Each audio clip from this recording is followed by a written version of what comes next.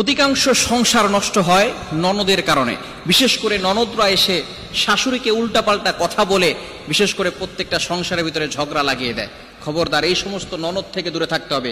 কিছু ননদ আছে তারা এমন ভাবে জল্লাদের মতো কাজবাজ করে, যারা অন্য জায়গা থেকে যে একটা মেয়ে আসছে তার ভাইয়ের বউ হিসেবে সেই বউকে পাত্তাই দিতে চায় না, মা বাবাকে উল্টাপাল্টা কথা বলে ভাইয়ের সাথে সম্পর্ক ছিন্ন করে দেয়, তার ভাবির সাথে সম্পর্ক ছিন্ন করে দেয়। এই ধরনের ননদ থেকে সাবধান। বিশেষ করে বোন, আপনাকে বলি, আপনি যে সংসারে গিয়েছেন সেই সংসার নিয়ে আপনি ভাবেন, আপনি অন্যের সংসারে কেন নাক গলাতে আসেন। কিছু ননদরা আছে এটা বুঝে না।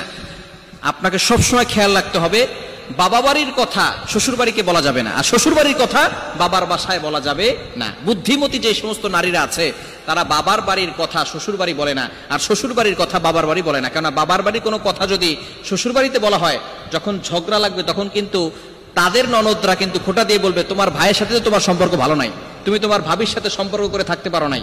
সুতরাং এই জন্য আমাদেরকে সতর্ক থাকতে হবে। মনে রাখবেন, পুরুষরা কিন্তু সংসার সমাজ নষ্ট করে না, সম্পর্ক নষ্ট করে না, মেয়ে জাতিরাই সমাজটা নষ্ট করে। সর্বপ্রথম আপনার দুইটা ছেলে হয়েছে, একটা মেয়ে হয়েছে, অথবা দুইটা মেয়ে হয়েছে একটা ছেলে হয়েছে। দেখবেন আপনার স্ত্রী সেই মেয়েটাকে বেশি ভালোবাসবে না, ছেলেদেরকে বেশি ভালোবাসবে। এই যে মেয়েদের ভিতরে গন্ডগোল, ছেলে হয়েছে ছেলেকে বেশি ভালোবাসে, মেয়েকে বেশি ভালোবাসতে চায় না। এরপরে যখন আস্তে আস্তে ছেলে মেয়ে বড় হয়ে যায়, ছেলেকে বিয়ে দেওয়ার পরে যখন বউ আনার পরে ওই মেয়েটাকে তার সহ্য হয় না। ওই ননদ মেয়েটাকে সহ্য করতে পারে না যে নতুন বউ আনছে ছেলেটাকে, শাশুড়ি বউমাকে সহ্য করতে পারে না, বউ শাশুড়িকে সহ্য করতে পারে না। এই সব সমস্যা হচ্ছে মহিলাদের ভিতরে। মেয়েরা মেয়েদেরকে দেখতে পারে না, যার কারণে সমস্যাটাই বেশি হয়। এই জন্য আমরা সবসময় চেষ্টা করব, মেয়ের কাছে প্রত্যেকটা মাই ভালো হয়, কিন্তু আপনাকে চেষ্টা করতে হবে বউয়ের কাছে শাশুড়িকে